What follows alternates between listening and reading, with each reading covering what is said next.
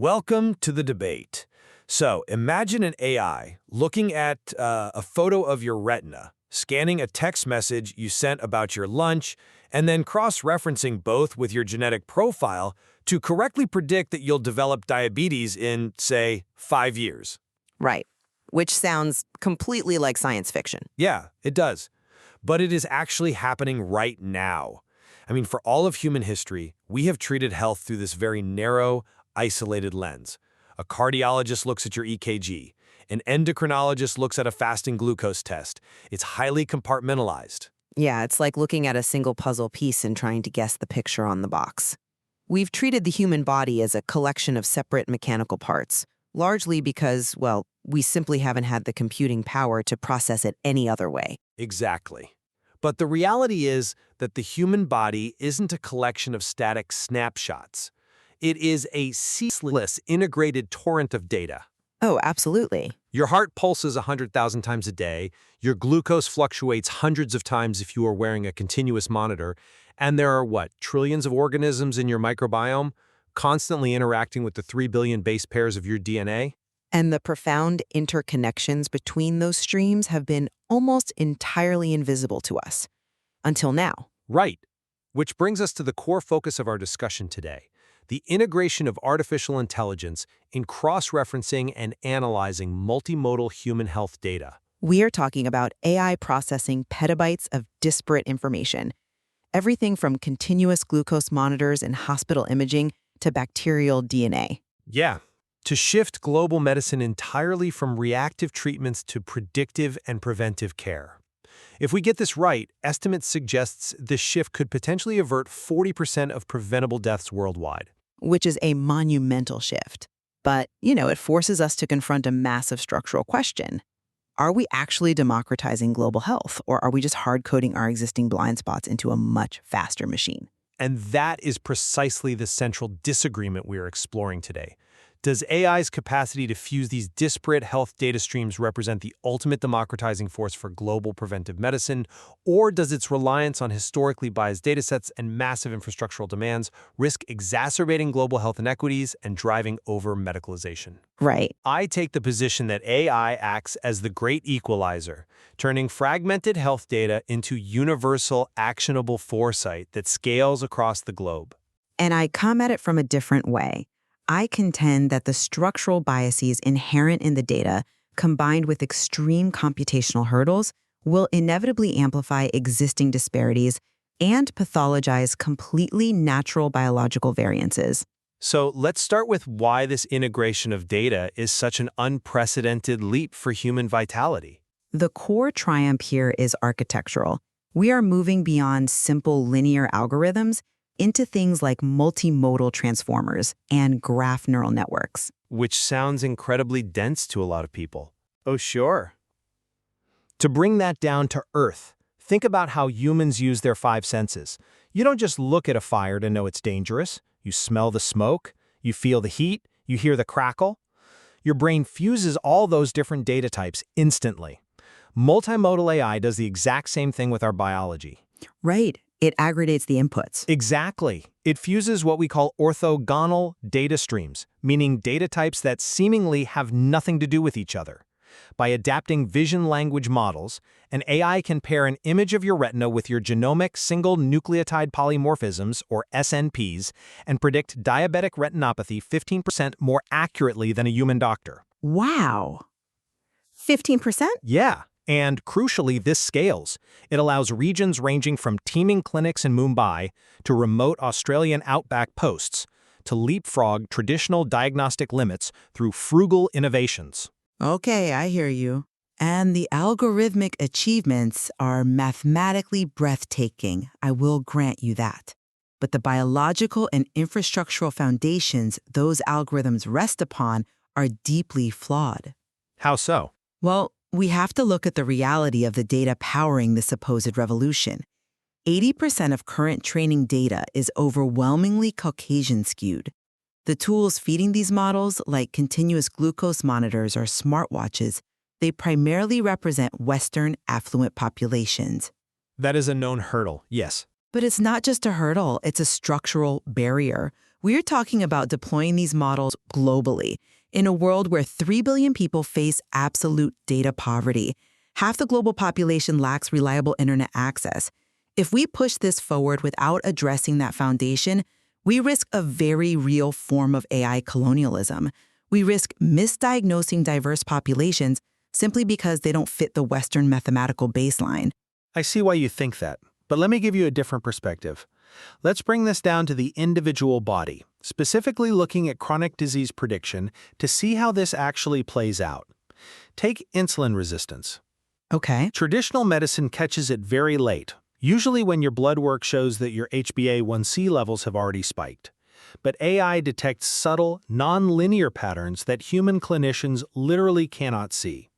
We use systems called long short-term memory networks, or LSTMs. Right, the time series models. Exactly. If you're listening and wondering what an LSTM is, think of it this way. Instead of just looking at a snapshot of your glucose level today, it watches the entire movie of your metabolism over time. It looks at the minute-by-minute velocity of your glucose changes from a wearable monitor.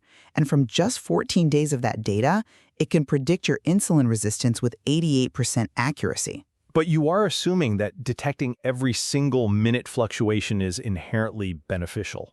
Well, think of traditional medicine like a soloist playing one instrument, while multimodal AI is the conductor hearing the entire symphony.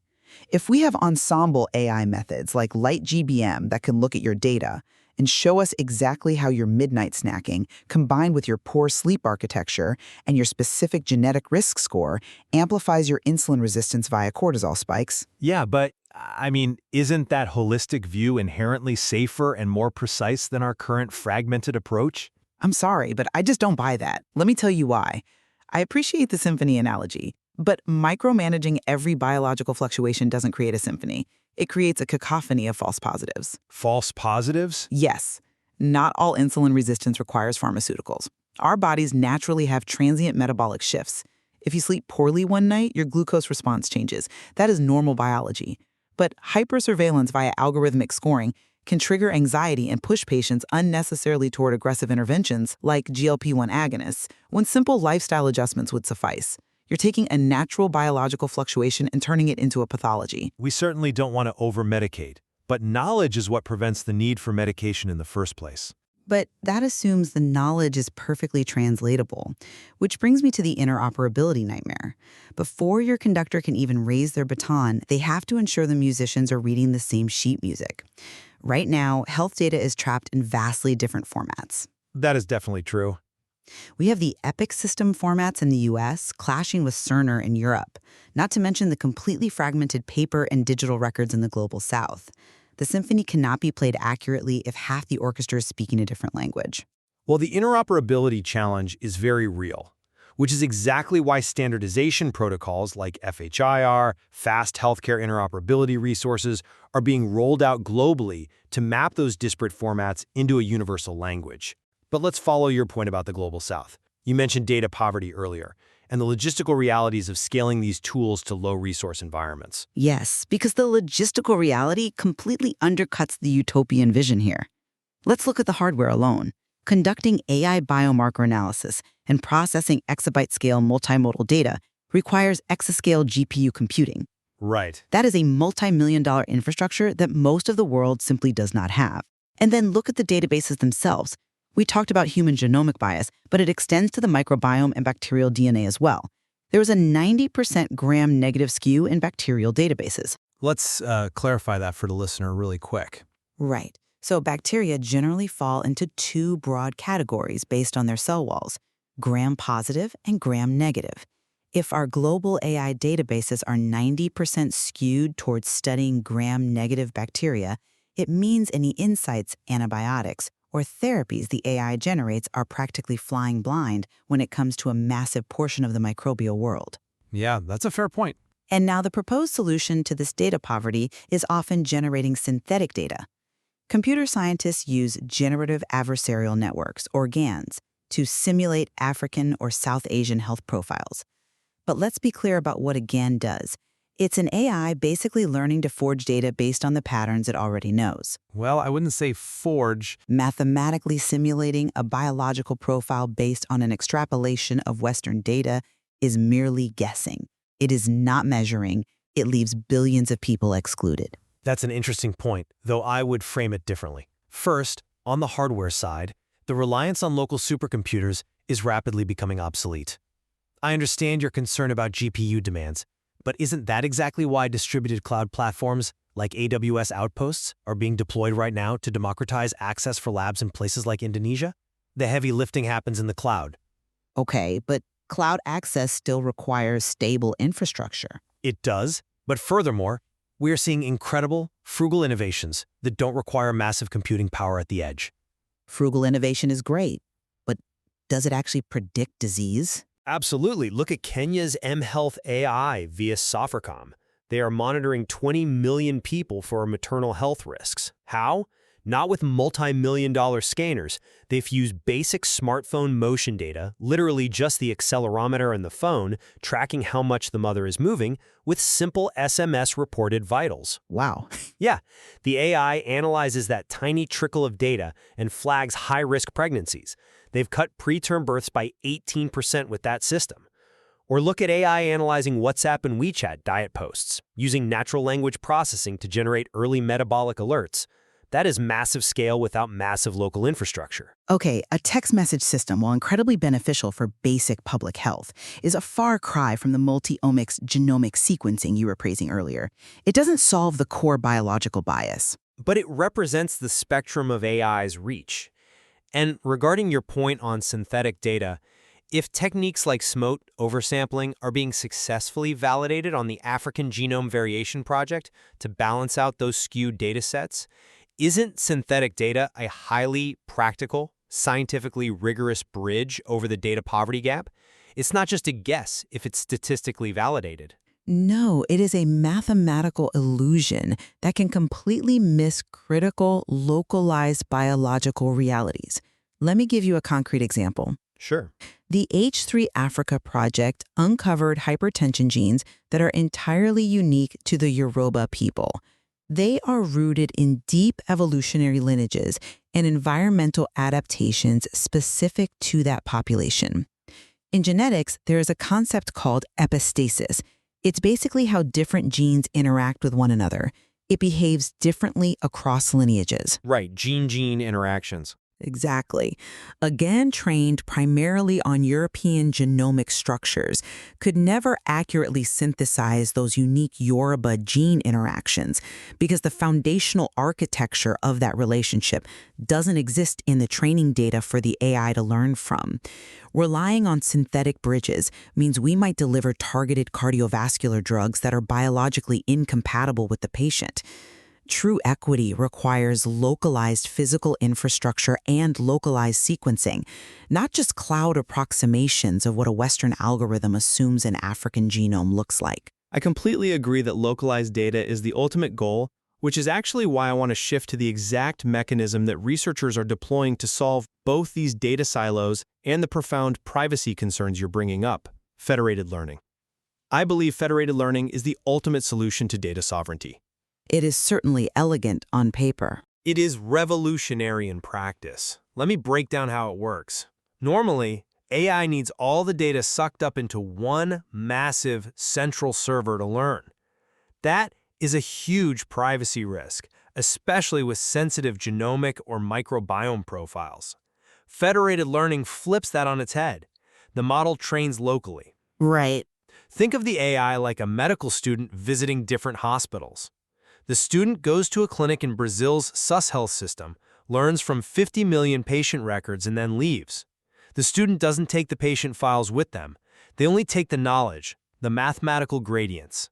The raw data never moves. I acknowledge the mathematical brilliance of federated averaging. So if zero-knowledge proofs and federated learning allow an AI to learn from the highly unique microbiome data of Aboriginal communities in Australia to combat endemic diabetes, without that data ever leaving the community's sovereign control, haven't we effectively neutralized the threat of AI colonialism?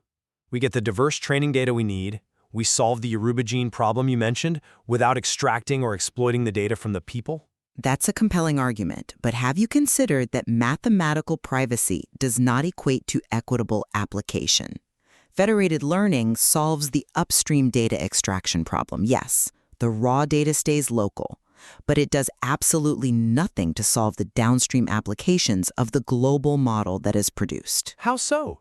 I mean, if the data stays local, the community retains control. They retain control of the data, not the insights. Once that global model is updated with Aboriginal microbiome data, who controls how that intelligence is used? The resulting algorithms might still dictate health policies, insurance premiums, or dietary guidelines that are not culturally sensitive.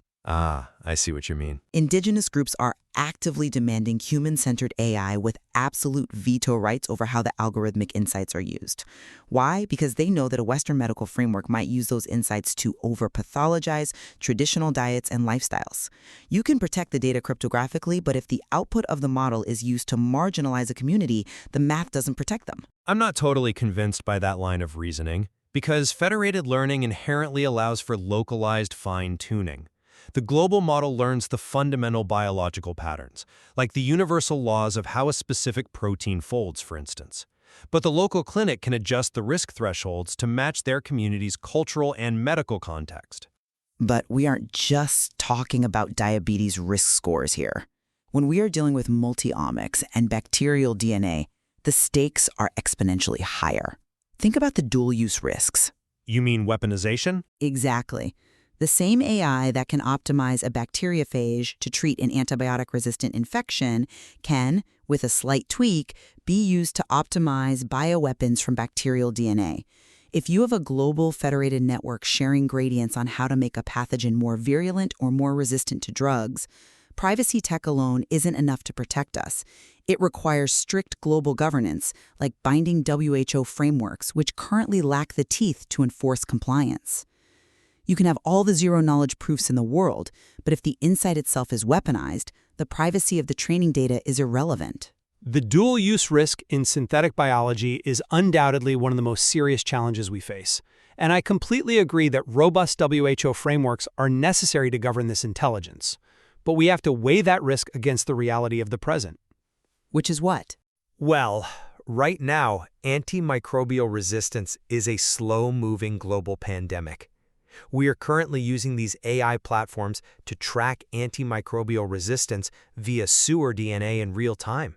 We are crossing global travel data with genomic sequencing to preempt outbreaks before they happen.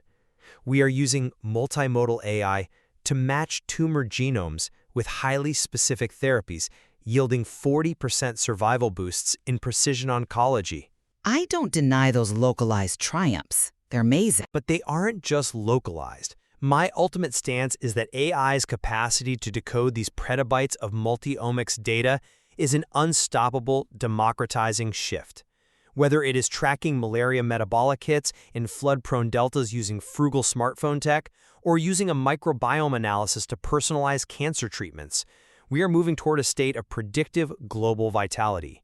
It is a level of foresight that simply wasn't possible when we were relying on isolated, fragmented human analysis. AI is the conductor that finally lets us hear the music of our own biology. And my stance remains that while the pattern recognition capabilities are genuinely breathtaking, the global health community must remain hyper-vigilant. We cannot be blinded by the technological dazzle of transformers and graph neural networks. Right. We have to confront the exabyte-scale computational hunger that naturally centralizes power in the hands of a few tech giants. We must actively correct the glaring demographic biases in the genomic and microbiome databases, because as we saw with the Yoruba genes, synthetic data will not save us from complex biological reality. And above all, we have to guard against the severe risks of over-medicalizing healthy populations through relentless digital surveillance. A system that views every minor fluctuation of your heart rate or your glucose as a potential pathology is a system that treats the human condition itself as a disease to be cured. Well, I think we have uncovered a vast amount of shared ground here today. Despite our differing perspectives on the structural risks, we both entirely agree that AI will fundamentally reshape the biological sciences and the practice of medicine. The era of the fragmented, single-variable diagnosis is coming to an end. Absolutely. The technology is here, the algorithms are proving their mathematical worth, and they do work. The true battleground now lies entirely in implementation, governance, and equity. Exactly. We aren't going to declare a winner today, because this is an ongoing global experiment that involves every single one of us. We leave it to you, the listener, to consider whether this vast, interconnected global data symphony can truly be orchestrated to include every human data point, or if the structural barriers will keep certain populations fundamentally out of tune. Yeah. And there are even deeper layers to this issue we've only just touched upon. Things like the future role of quantum computing in simulating entire microbial ecosystems, or how edge AI will evolve for real-time implantable diagnostics inside the body. The deeper we look into the data, the more complex the demands on our global infrastructure become. Indeed, it brings us right back to that opening thought. The human body is no longer a static image. It is no longer a simple X-ray to be read by a single doctor. It is a ceaseless, brilliant torrent of data. The question is no longer whether we can hear the music, it's whether we can handle the volume. Thank you for joining us on The Debate.